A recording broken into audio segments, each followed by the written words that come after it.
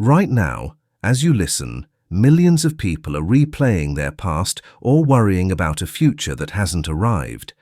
The present moment, this very breath, is slipping through their fingers. But what if this moment is not ordinary at all?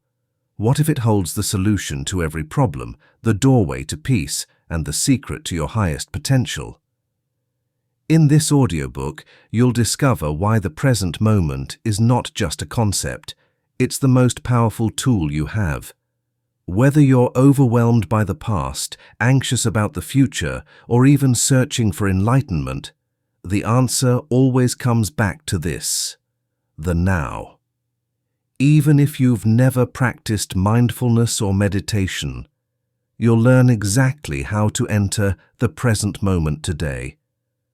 And if you've practiced for years, you'll uncover the subtle mistakes that keep you from experiencing its full power. Entering the now. Introduction. Before we begin, let me tell you why this audiobook matters. Most of us live as if life were always just ahead of us. We think happiness will come when the job is secured, when the debt is paid, when the relationship arrives, and when the past is finally healed. We run after the future, or we drag the past behind us like a heavy chain. And in the chase, something tragic happens. We miss the only place life ever truly unfolds. This moment, right here. I created this audiobook for one reason: to bring you back to where life actually happens. Not tomorrow, not yesterday, now. This is not a theory. These teachings have been whispered by mystics in temples, taught by philosophers in public squares, confirmed by scientists in laboratories, and tested by ordinary people in daily life. The promise is always the same. When you learn to live in the present, your suffering eases, your clarity sharpens, your creativity awakens, and your joy returns. And you don't need decades of training. You don't need to escape your responsibilities or retreat into the mountains. You don't need to erase your past or control your future. All you need is willingness, the willingness to pause, to notice, and to return. In this audiobook, we'll walk together step by step. You'll discover what the present moment truly is, why the mind constantly resists it, and the simple tools that anchor you back into it. You'll hear stories, some ancient, some modern, that reveal its power. And most importantly, you'll learn how to weave presence into your daily life so it becomes not a practice you visit, but a home you live in. By the time we finish, you'll see why the present moment doesn't just help, it solves everything. Not because it magically changes circumstances, but because it changes your relationship with them. Now, problems dissolve, fear loses its grip, and life becomes luminous again. So take a breath. Let the world outside fade for a while. Open yourself to the possibility that what you've been seeking has always been here. Let us begin. Chapter 1.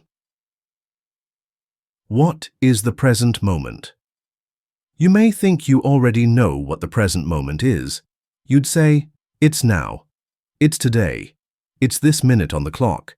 And yet what most people call now is only a thin sliver between the weight of the past and the pull of the future. Pause with me for a moment. Notice what's happening right here, right now. You're listening to these words. Your body is breathing. The air moves in, the air moves out. Perhaps you feel the chair supporting you, or the ground beneath your feet. Perhaps you hear the faint hum of your surroundings. This simple, ordinary experience is the present moment. But here's the paradox. Although life only happens here, most of us rarely live here. Our minds replay the past like a scratched record, or they rehearse the future like a movie that hasn't been filmed yet. We live everywhere but here, in the one place that actually exists. Think about it. Yesterday exists only as memory. Tomorrow exists only as imagination. Even 1 minute ago is gone, except as a thought. And 1 minute ahead has not yet arrived. But the present moment, this breath, this heartbeat, this is the only reality that is alive. Everything else is an echo or a projection. Imagine holding a handful of sand. Each grain slips through your fingers and you try desperately to grab them all, but the more you squeeze, the more they fall. That is how most of us relate to time. We cling to the past, we clutch at the future, and in the process, we miss the only grain that matters, the one resting right now in our hand. The present moment is not just a point between what was and what will be. It is the eternal stage on which all of life plays out. Without this stage, there would be no story, no memory, no dream of tomorrow. And yet, we treat it as trivial, as if the present is only a stepping stone to something better that lies ahead. But here's the truth. The future you long for will never arrive as the future.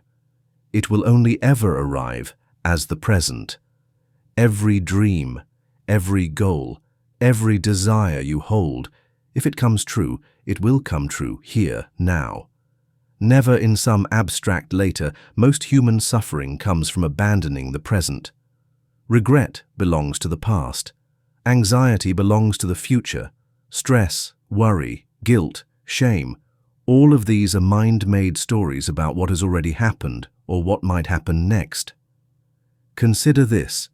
Have you ever been consumed by anger over something someone said days ago? In that moment of replaying it, you weren't being hurt by the words anymore. They were already gone. What hurt you was your mind dragging the past into the present, like a ghost that refuses to rest. Or think of anxiety, the endless rehearsals of what might go wrong tomorrow, the meeting, the deadline, the relationship. The events themselves aren't here yet, but your body reacts as if they were real right now. You sweat, your heart races, you can't sleep. You are living in a future that hasn't even arrived, and suffering from the shadows of possibilities. The present moment dissolves both illusions instantly. Now the past cannot harm you. Now the future cannot scare you. Only this breath, this awareness, this being remains. Let me tell you a story. There was once a monk who asked his teacher, "What is enlightenment?" The teacher replied with 2 simple words. "When hungry, eat. When tired, sleep." The monk was confused. "But doesn't everyone eat when hungry and sleep when tired?" The teacher shook his head. "No. Most people are lost in thought. When they eat, they are already planning tomorrow's meal. When they lie down to sleep, they are still arguing with someone from the past. True freedom is to be fully here in whatever you are doing. That is the essence of the present moment. It isn't exotic. It doesn't require rituals or secret techniques. It is the simple, radical act of being fully here, undivided, not split between past and future. And here's the miracle. When you return to now, even ordinary life begins to glow. The taste of your food becomes sharper. The colors around you become richer. Your relationships deepen because you're actually listening, not half there. Even your creativity awakens, because the present is the wellspring of inspiration. Let's make this practical. Right now, take a breath in. Feel the cool air entering your nostrils. Hold for a moment. Then exhale, feeling the warmth leaving your body. Do this 3 times, just 3 breaths. What happened? Chances are, for a moment, your mind stopped racing. The noise dimmed. You touched the present moment. That's it. That's the doorway, and you can step through it any time, while walking, eating, working, even in the middle of stress. Science is beginning to confirm what mystics always knew. Neuroscience shows that mindfulness, awareness of the present, reduces stress, lowers blood pressure, strengthens the immune system, and even rewires the brain. Psychology confirms that people who spend more time in the present report greater happiness, resilience, and focus. But beyond the science lies something deeper. Presence is reality itself. When you are present, you're no longer fighting with what was or chasing what might be. You rest in what is. And what is always enough, because it is life in its purest form. So let us return to the question, what is the present moment? It is not simply a slice of time, it is the whole of existence available only now. It is the cure for regret, the antidote to anxiety, the end of distraction. It is where life happens, where joy is found, where truth is lived. And here is the promise: if you can learn to dwell in now, not just occasionally, but consistently, you will discover that the problems which haunted you lose their grip. The weight of the past and the fear of the future dissolve, and you will find yourself free, alive, awake, in the only place you have ever truly been, the present moment. Chapter 2. Why the mind escapes now. Have you ever asked yourself why it's so hard to stay in the present moment? You try to focus on your breath, on your surroundings, on simply being here. But within seconds, your mind wanders. You're replaying a conversation from last week. You're imagining tomorrow's tasks. You're lost again, pulled away, as if by some invisible current. This is not a personal weakness. It is not that you are broken or incapable of being present. The truth is deeper, more universal. The human mind has been conditioned, over thousands of years, to resist the now. And to understand this, we must look closely at how the mind operates. For most of human history, survival was uncertain. Our ancestors lived in forests, deserts, and plains where danger lurked at every turn. A sudden storm could destroy shelter. A rustle in the bushes could mean a predator. A strange tribe could mean attack. In such a world, the mind evolved to do two things: remember the past and predict the future. Memory was essential. If you remembered the bush where a lion once waited, you would avoid it next time. Prediction was essential. If you anticipated a harsh winter, you prepared food. These two functions, memory and anticipation, kept us alive. They became the mind's default mode, always looking back, always looking forward. But what saved our ancestors now enslaves us. We live in houses, not caves. Our predators are deadlines, not lions. Yet the mind still runs on ancient wiring, dragging us away from the present into endless loops of regret and worry. Another reason the mind flees the now is its hunger for control. The present moment cannot be controlled. It simply is. But the past can be rewritten in memory, and the future can be rehearsed in imagination. Think of how often you replay a mistake, telling yourself, if only I had said this instead of that.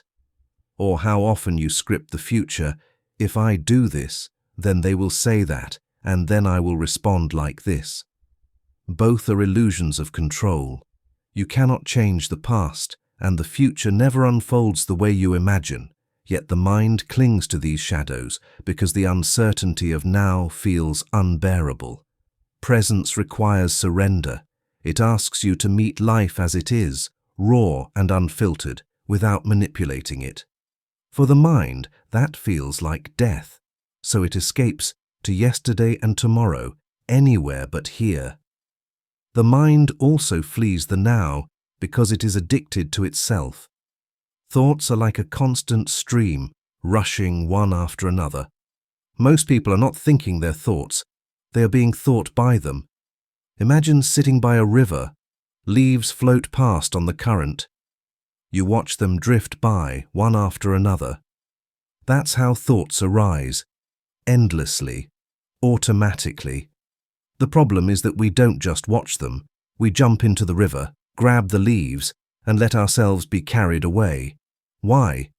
Because thought gives us a sense of identity. "I think, therefore I am," said Descartes. But the deeper truth is, "I am, therefore I can think." You are not your thoughts, yet the mind convinces you otherwise. The chatter becomes who you think you are. Silence feels like emptiness, and emptiness feels terrifying. So the mind escapes the now, filling it with constant noise. Our society amplifies this escape. We live in a culture that worships speed, productivity, and distraction. Notifications buzz, screens flash, news cycles never end. Every second, something pulls you away from yourself. Even our language betrays it. Killing time, wasting time, saving time. Time has become a commodity, a currency. And so the present moment is no longer sacred. It is merely a tool to get somewhere else. We are taught to delay happiness as children. When you grow up, then you'll be happy. As adults, when you get that job, that house, that partner, that recognition, then you'll be happy. Always later, never now. And so we run, chasing a horizon that always recedes. But perhaps the greatest reason the mind escapes the present is the stories it tells. Each of us carries a personal narrative. Who we are, what happened to us, what might happen next. The story says, "I am a victim of my past," or "I am the sum of my achievements," or "I will finally be enough when I succeed." These stories tie us to the past and the future like ropes. They feel safe, familiar, but they are prisons. The present moment threatens the story, because here and now, you are not your past or your future. You are not your failures or your ambitions. You are simply awareness, alive. And that simplicity feels unbearable to a mind addicted to drama. Let me give you an example. There was once a man who spent his life chasing success. He told himself, "When I earn enough money, then I'll finally relax.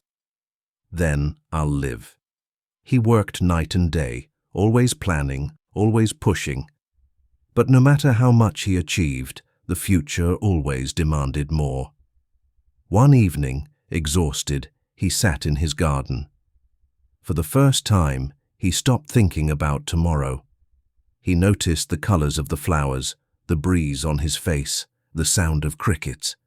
In that moment, something shifted. Peace washed over him. The chasing ended, and he realized everything he was seeking had always been here, in this moment. But the mind resisted. The next morning, it whispered again. Keep running. Keep planning. Don't stop. This is the battle we all face, the pull of presence versus the addiction of escape. So how do we return? The first step is not to fight the mind, but to understand it. See clearly why it resists the now. Notice when you are lost in memory or fantasy. Observe how culture rewards distraction, how identity clings to thought. Awareness itself is the cure. When you see the mind escaping, you have already taken a step back into presence. You become the observer of thought, not its prisoner. And from that place, the present moment opens like a flower. The mind escapes now because it was designed to, because it seeks control, because it is addicted to thought and reinforced by culture, because it fears the simplicity of presence. But once you see this clearly, the illusion begins to dissolve. You are not your past. You are not your imagined future. You are not even the constant voice in your head. You are the awareness in which all of these arise, and that awareness exists only now. The question is no longer, why does my mind escape the present? The question becomes, how long will I continue to follow it? Because the moment you stop chasing, when you simply rest here, you discover what has been true all along. You never left the present. You only believed you did. Chapter 3. The Ingredients of Now.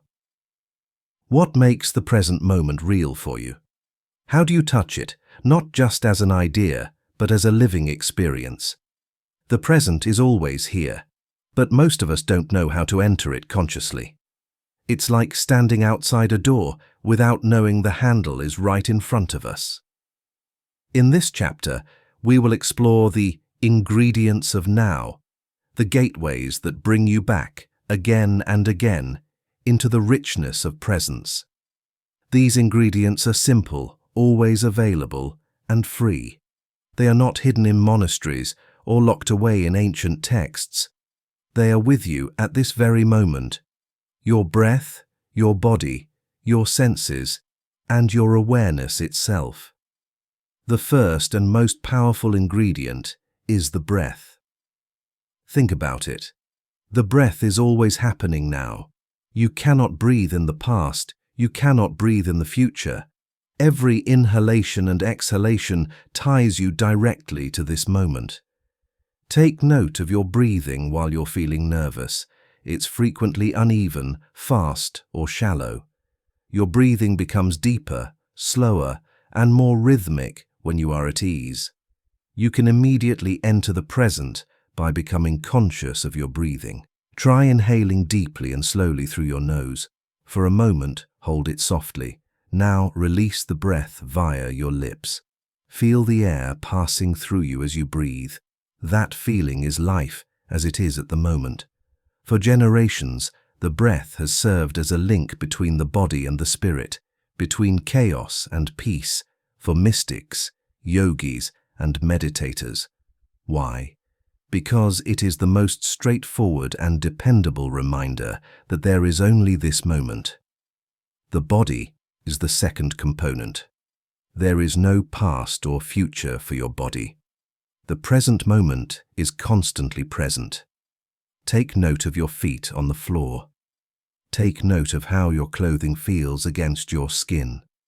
Take note of the steady, devoted heartbeat that sustains you throughout your life. We frequently regard the body as a tool to carry our thoughts. Until it becomes painful or fails, we choose to ignore it. The most direct route to enter presence, however, is through the body. Thousands of years ago, the Stoics advised us to return to the tangible world. Imagination hurts us more than reality, Seneca remarked. The body keeps us rooted in reality. It declines to follow the imagination. The next time your thoughts race, pause and ask, what sensations do I feel in my body right now? That question alone pulls you out of the storm of thought and into the calm of the present. The third ingredient is your senses. Look around you. Really look. What colors do you see? Notice the play of light and shadow. Listen. What sounds are present right now? Perhaps distant traffic, a bird outside, or the hum of silence itself. Smell the air. Taste what lingers in your mouth. Touch the surfaces near you, the coolness of a table, the warmth of your own hands. Your senses are constantly broadcasting the present moment. But because the mind is busy replaying past conversations or projecting future worries, we rarely tune in. Try this. Next time you drink water, don't just gulp it down. Notice the coolness against your lips, the way it moves down your throat, the refreshment it brings. Suddenly, something as ordinary as a sip of water becomes extraordinary. The senses are not trivial, they are sacred instruments reminding you, life is here, now. The final ingredient is the most subtle, yet the most powerful, awareness itself. Breath, body, and senses are objects you can observe. But who is doing the observing? That silent presence, that witnessing consciousness, is the deepest ingredient of now. When thoughts arise, you notice them. When emotions flare, you notice them. When sensations come and go, you notice them. What is this noticing? It is pure awareness, untouched, unchanged, always here. This awareness is not in the past or future. It has never left the present. Even when your mind wanders, awareness is here, watching, waiting, like the sky that remains unchanged while clouds drift across it. Some call it spirit, some call it the soul, others call it consciousness. But names don't matter. What matters is recognizing that this awareness is your true home. Let's put the ingredients together. Close your eyes if you can. Begin with the breath. Feel the inhale and the exhale. Shift to the body. Notice your posture, the weight of gravity, and the rise and fall of your chest. Open to the senses. Listen to the sounds around you. Smell the air. Feel the textures against your skin. Finally, notice awareness itself, the one experiencing all of this. In just a few moments, you are fully here. Breath, body, senses, and awareness have drawn you back into the present. No effort, no struggle, only noticing. These ingredients work because they bypass the thinking mind. The mind always lives in stories, yesterday's regrets or tomorrow's hopes. But the breath doesn't lie. The body doesn't imagine. The senses don't dream. Awareness doesn't wander. Each ingredient is like a thread. Alone, they are strong. Woven together, they form an unbreakable rope that anchors you in the now. There's a story of a woman who suffered from chronic anxiety. Her mind was always racing, her body always tense. Therapy helped, but nothing seemed to bring lasting peace. One day, a teacher gave her a simple exercise. Every time you feel panic rising, place your hand on your stomach and take 3 conscious breaths. Feel the rise and fall. She tried it. At first, nothing seemed to change, but over the weeks, she noticed something. The anxiety came, but it didn't carry her away anymore. The breath anchored her, the body grounded her, the senses pulled her back, awareness opened like a window to peace. She realized that her freedom was not hidden in some future cure, it was always waiting here, in the ingredients of now. The present moment is not elusive, it is not distant, it is built from ingredients you already carry within you. The breath that sustains you, the body that grounds you, the senses that awaken you, and the awareness that witnesses all. These are the doors, and when you learn to open them, you discover that the now is not something you enter. It is where you have always been, where you will always be, and where life truly unfolds. So the question is simple. Will you keep walking past the door, distracted by stories of past and future, or will you pause, turn the handle, and step into the miracle of now? Chapter 4. How to use the tools together. By now you've learned that the present moment is always available, and you've discovered the ingredients that make it tangible: the breath, the body, the senses, and awareness. But knowing the parts is not the same as living them. Just as flour, water, and salt become bread only when mixed and baked together, these ingredients of now must be combined to truly nourish you. This chapter is about practice, about weaving the tools into your daily life until presence becomes your natural state. Because the truth is this: the present moment is not something you visit once in a while. It is meant to be the place where you live. How you begin your day shapes everything that follows. If the first thing you do is grab your phone and dive into emails or social media, your mind is pulled into distraction before your feet even touch the ground. But if you begin with presence, you anchor yourself in calm before the world makes its demands. Here is a simple practice. When you wake up, don't rush. Before standing, place one hand on your chest and one hand on your stomach. Take 3 slow, conscious breaths. Feel the rise and fall. Notice the warmth of your body, the support of the bed, the silence of the morning. Allow yourself just 2 minutes of awareness. You may think it's too simple to matter, but those 2 minutes change everything. They remind you, before the noise of the day begins, that you are not your to-do list, not your emails, not your worries. You are presence itself. Of course, The mind will wander again, stress will arise, problems will knock at your door. But this is not failure, it's part of the practice. The point is not to live without distraction. The point is to recognize distraction and return to now. Think of presence as a compass. No matter how lost you become in the past or the future, the compass is always pointing back to here. During your day, use triggers as reminders. For example, every time your phone buzzes, take one conscious breath before checking it. Every time you sit down at a desk or table, notice the sensation of the chair beneath you. Every time you walk through a doorway, pause for a second and feel your feet touching the ground. These tiny rituals gather the ingredients of now and weave them into ordinary life. And over time, they form new patterns. Presence becomes habit. The end of the day is as important as the beginning. Many people carry their stress into the night. They replay conversations, worry about tomorrow, and then wonder why they can't sleep. Instead, try this. Before bed, close your eyes and scan your body from head to toe. Notice any tension. Breathe into those areas and let them soften. Then listen to the sounds around you. Distant traffic, the hum of a fan, or the quiet of the night. Finally, bring your attention to awareness itself, the silent space holding it all.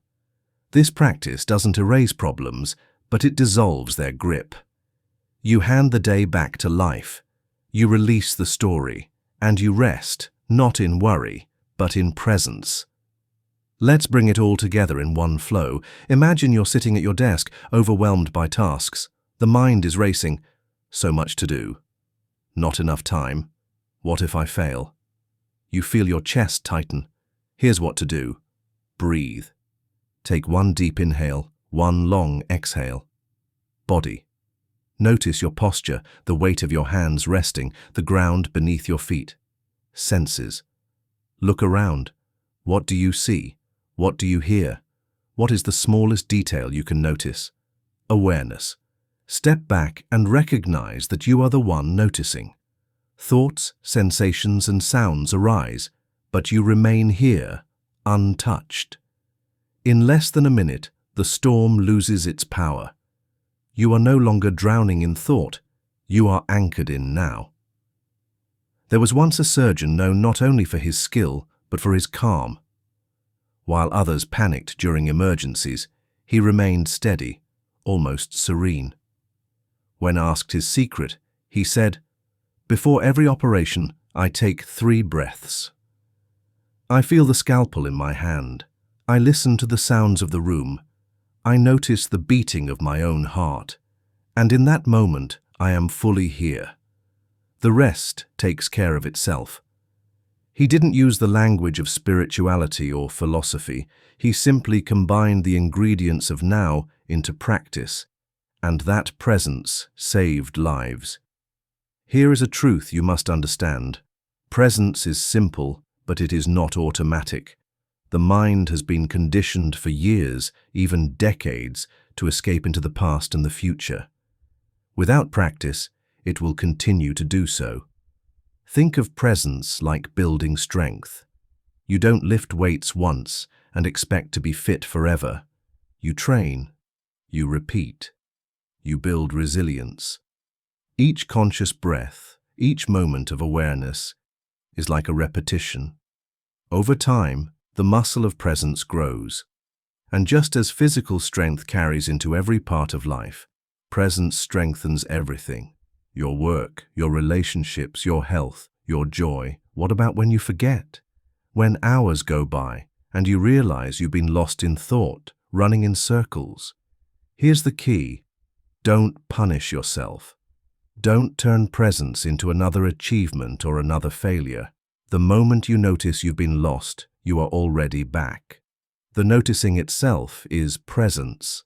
That is the miracle. You can always return, no matter how far you've wandered. The ingredients of now are not meant to stay separate. When combined, they create a rhythm, a way of life.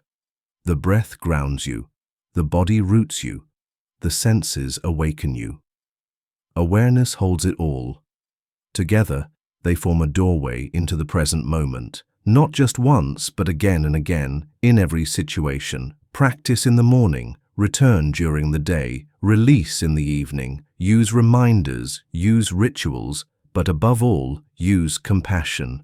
Because presence is not a test you pass or fail. It is your natural state, always waiting, always available.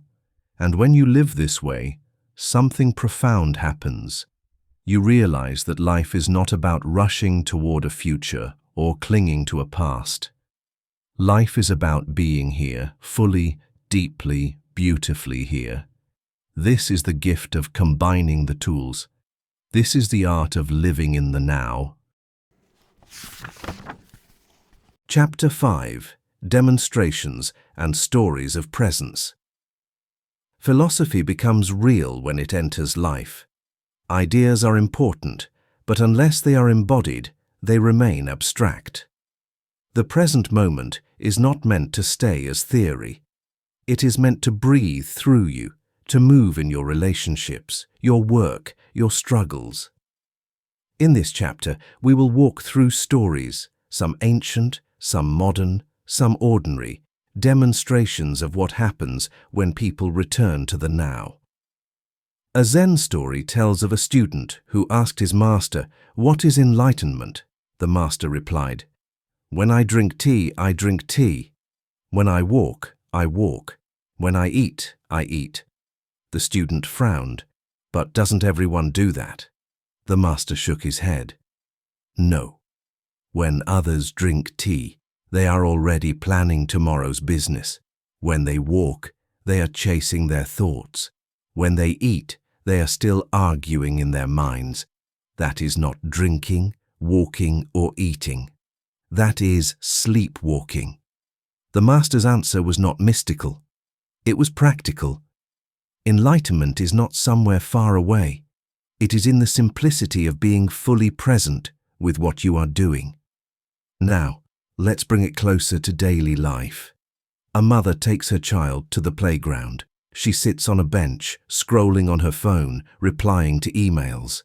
Her child is laughing, sliding, climbing, calling out, "Mom, look!" But her eyes are elsewhere. Another day, she tries something different. She leaves her phone in her bag. She watches her child. She listens to the laughter, notices the light in the eyes, the joy of swinging higher.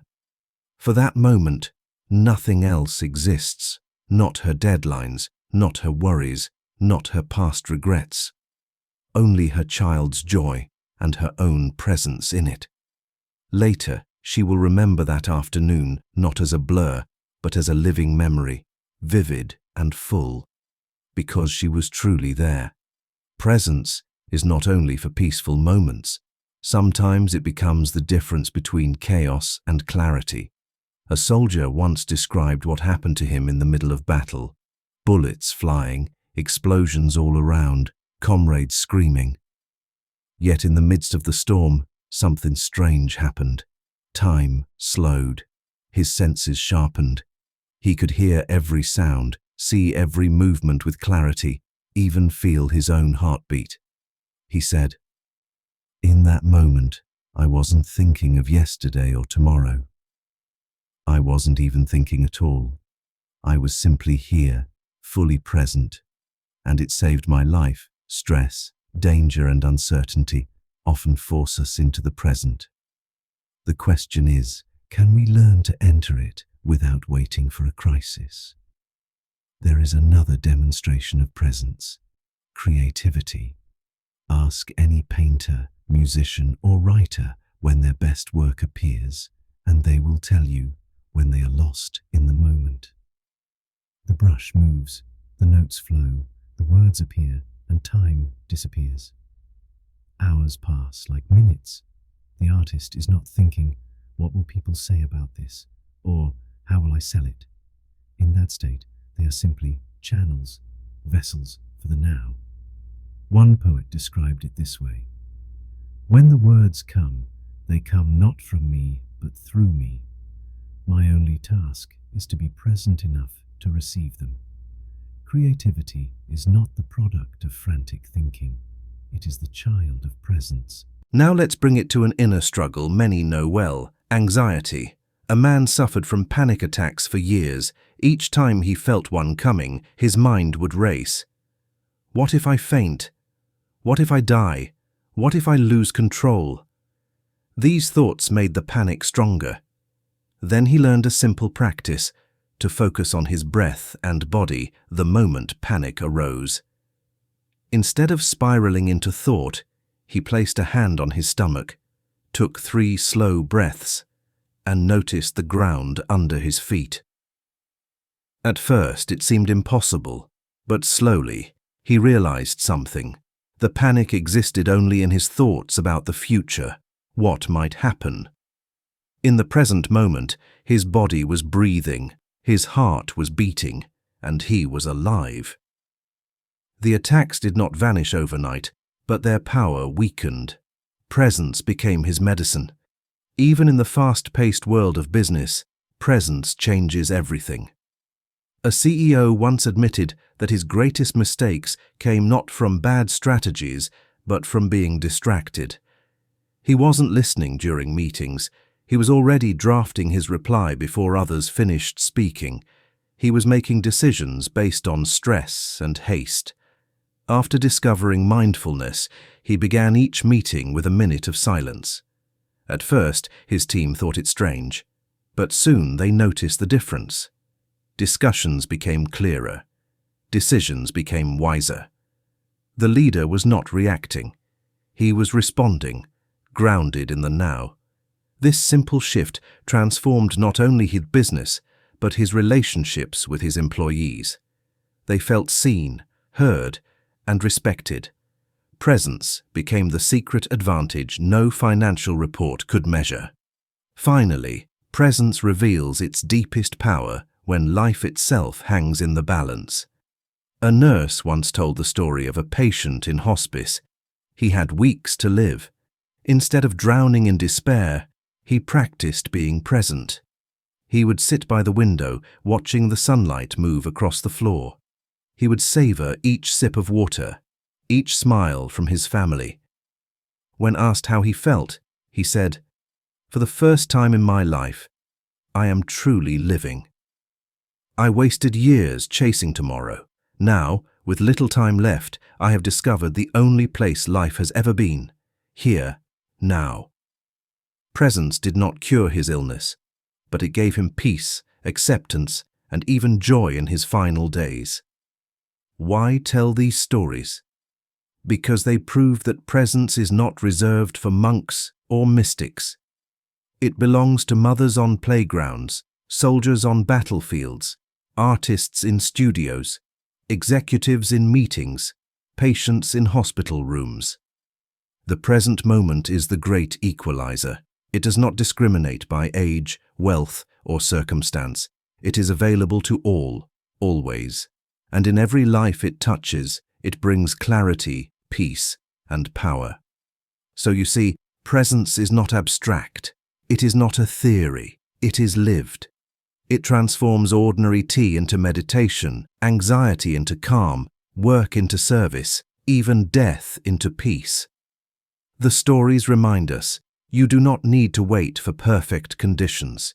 You do not need to withdraw from the world. Wherever you are, whatever you face, the door to the now is open. And once you walk through it, life changes. Not because the world is different, but because you are finally here to see it. Chapter 6. The Power of Problems Dissolving in Now. What if I told you that most of your problems do not truly exist? Do they live only in your thoughts about the past or the future? At first, this sounds impossible. You may be thinking, but my bills are real, my deadlines are real, my pain is real, and yes, life brings challenges. But when you look closer, you'll see that suffering, what you call problems, exists only when you leave the present moment. Let us explore how the now dissolves problems, not by erasing circumstances, but by stripping them of their imagined weight. What is a problem? It is a situation combined with resistance. A bill is just paper and numbers until your mind adds fear.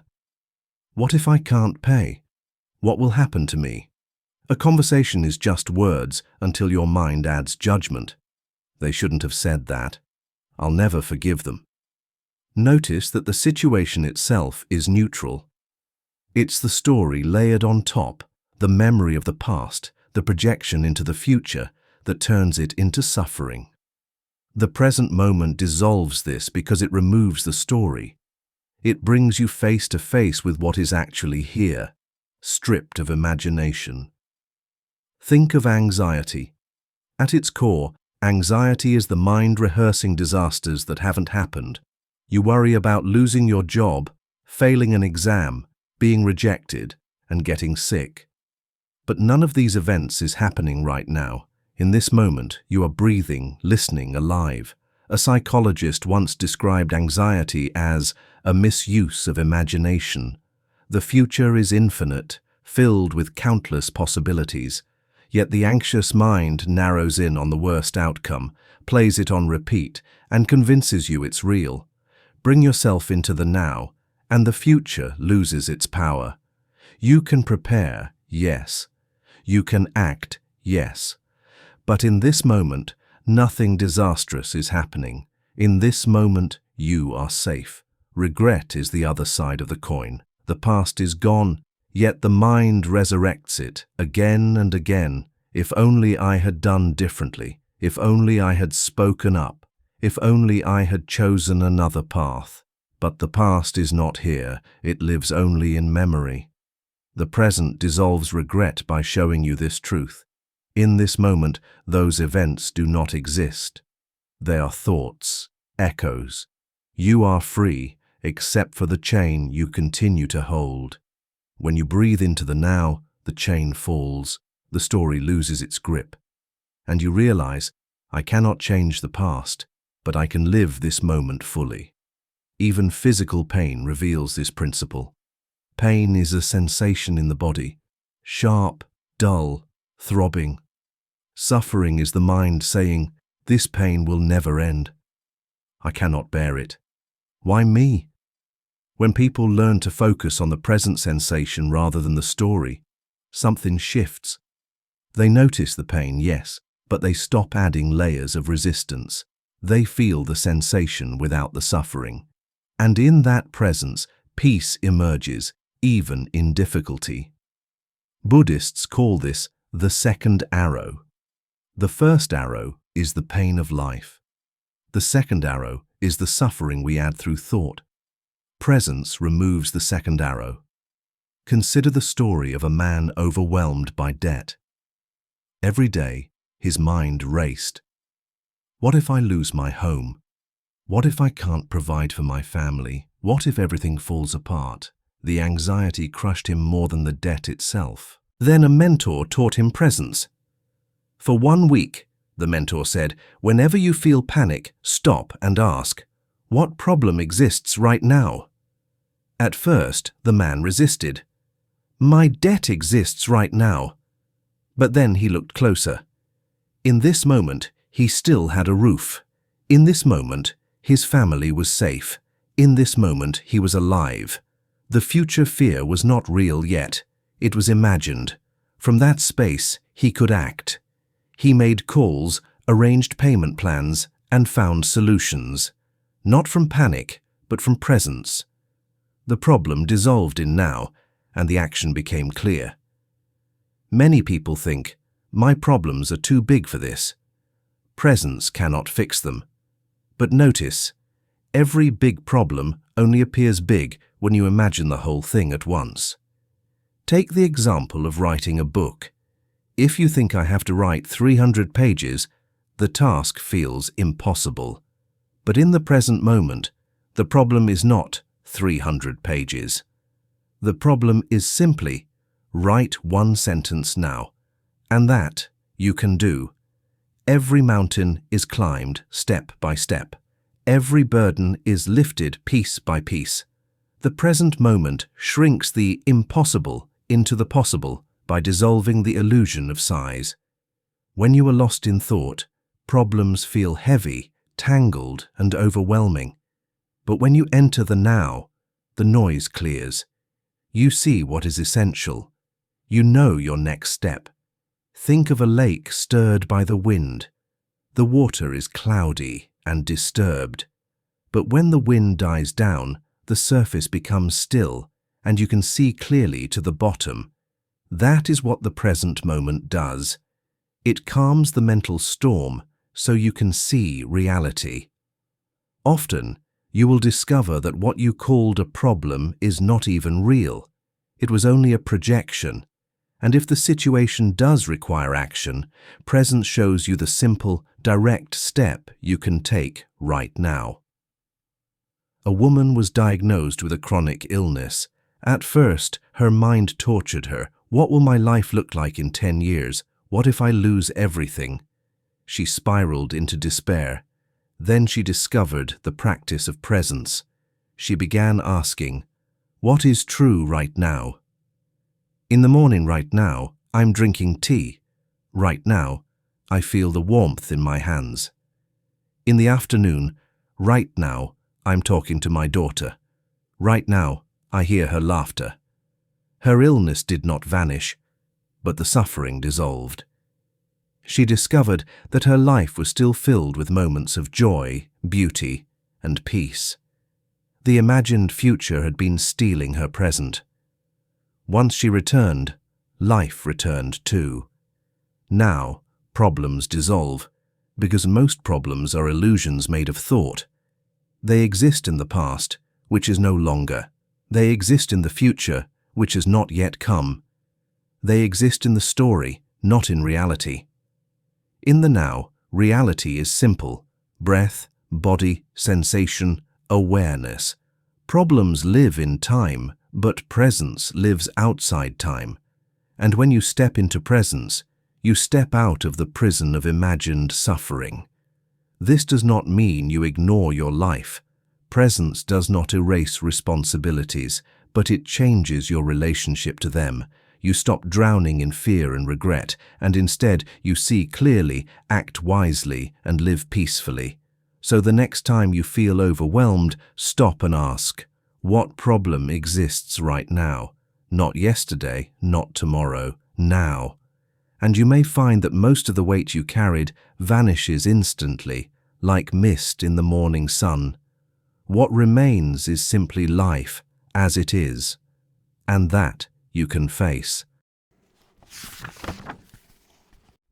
Chapter 7. Living Fully in the Now. By now, you've seen the truth. The present moment is not just a passing instant. It is the stage on which all of life unfolds. You've learned why the mind flees it, the tools that anchor you in it, and how problems dissolve when you return to it. But there is one final step: to live fully in the now, not as a practice you visit, but as a way of being. Living fully in the present is the difference between tasting life and devouring it, between existing and truly living. It is to discover that the miracle you have been chasing has always been here, waiting. People often imagine that living fully in the now requires dramatic changes, quitting jobs, moving to mountaintops, devoting life to meditation. But presence is not about escaping life. It is about entering it more deeply. Think of the simplest act: washing your hands. Most people rush through it, already thinking about the next task. But pause. Feel the water against your skin, cool or warm. Notice the soap lathering, the scent rising. Watch the way droplets sparkle in the light. Suddenly, a routine becomes sacred. This is the essence of living fully in the now, discovering the extraordinary in the ordinary. Every step, every breath, every sip of water becomes a doorway to wonder. Living fully also transforms relationships. Have you ever spoken to someone who wasn't really listening, Their eyes wander, their phone distracts them, and their mind is elsewhere. You feel unseen. Now think of the opposite. Someone who listens with their full presence. Their attention is steady, their eyes focused, their silence receptive. You feel valued, honored, and understood.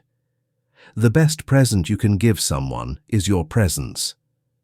No distraction can compare to the space of connection you create when you are totally present with someone, be it a child, a friend, or a lover. In the soil of presence, love itself grows deeper. What about work? So many treat their work as a prison, a means to an end, a burden to carry until freedom arrives someday.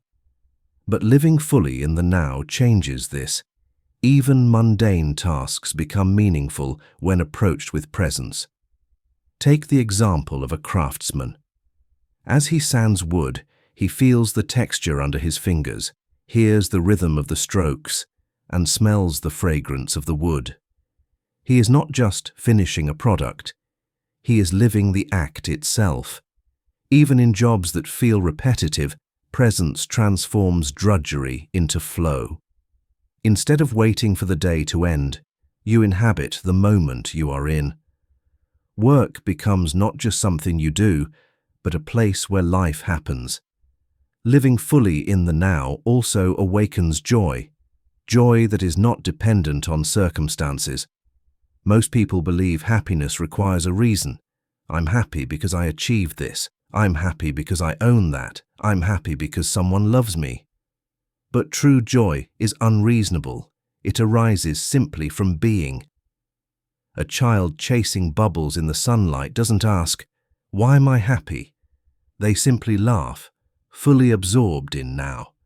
That joy is not something we outgrow. It is something we forget. Presence restores it. When you live fully in the now, you rediscover the joy of existence itself, the joy of breathing, of seeing, of being alive. You realize you don't need reasons to be happy, you only need awareness. Strangely, one of the most powerful ways to live fully in the now is to remember that life is finite. The Stoics practiced memento mori, remembering death, not to depress themselves, but to awaken urgency. When you know each moment could be your last, you stop postponing life. You stop saying, "I'll live when," and you start living now. Every goodbye becomes more precious. Every sunrise is more vivid. Every conversation is more meaningful. Because you know it will not last forever. And that awareness does not darken life, it illuminates it. There was once a photographer who traveled the world, chasing the perfect shot. Mountains, oceans, cities, he captured them all. But he was never satisfied. Always chasing, always searching. One day, an old monk asked him, "Why do you run after beauty? Why not see it here?" The monk handed him a bowl of rice. The photographer laughed. "There's nothing beautiful about this." "Look again," said the monk. And as the man slowed down, he noticed the steam rising, the glisten of the grains, the fragrance of simplicity. He realized beauty was never in the seen, but in the seeing. From that day forward, every photograph he took, whether of mountains or rice bowls, was alive with presence. Living fully in the now is like that. You stop chasing meaning and realize meaning was always here. Finally, living fully in the present frees you from fear. Fear lives in the future. What if I fail? What if I lose? What if I die? But in this moment, none of those fears exist. When you inhabit the now, fear dissolves, and what remains is freedom, the freedom to live, love, and act without hesitation. The greatest courage is not found in battlefields or stages, but in the simple act of being here without running away. That is living fully. So what does it mean to live fully in the now? It means to see the miracle in the ordinary. to give others the gift of your full attention, to approach work as presence, to rediscover joy without reason, to live with the awareness of impermanence, and to find freedom from fear. Now is not a tool you use occasionally. It is your true home. To live fully here is to live fully, period. So take a breath, look around, feel the life in your body, hear the sounds of this moment. This is it. This is living. And remember, the present moment is not just where life happens, it is life itself. So here you are, at the end of this audiobook. You've walked through the illusions of past and future, discovered the ingredients of presence, seen its power in stories, and learned how it dissolves suffering. But remember, the now is not an idea to admire. It is a reality to enter. Life is not waiting for you tomorrow. It is here, in this breath, this heartbeat, this awareness. So start now. Breathe. Look around. Feel life alive within you. Because the present moment doesn't just solve problems, it reveals that there was never anything missing.